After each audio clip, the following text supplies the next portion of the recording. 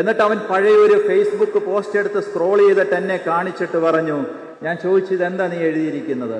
അവൻ എഴുതിയിരിക്കുന്നത് ഇതായിരുന്നു, ഓ പോസിറ്റീവ് കിഡ്നി വിൽക്കാനുണ്ട് എന്ന്. കുറേ വർഷം മുമ്പ് അവനിട്ട ഒരു പരസ്യമാണ്, ഓ പോസിറ്റീവ് കിഡ്നി വിൽക്കാനുണ്ട്. ഞാൻ ചോദിച്ചു, എന്താ മോനെ ഇത്? അവൻ പറഞ്ഞു, എൻ്റെ അനിയത്തി മോള്, എനിക്ക് 2 പെങ്ങന്മാരാ, അവൾ നന്നായിട്ട് പഠിക്കും, എൻ്റെ കൂട്ടല്ല, നന്നായിട്ട് പഠിക്കും, അവളെ എങ്ങനെയും ഡോക്ടറാക്കണം.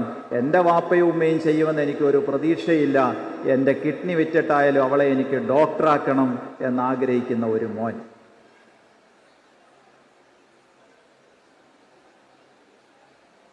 നമുക്ക് നമ്മുടെ മക്കളുമാരോട് ഉപദേശിക്കുവാനും കണക്കുകൾ പറയുവാനും ഒക്കെ ഒരുപാട് മിടുക്കും സാമർഥ്യവുമൊക്കെയുണ്ട്.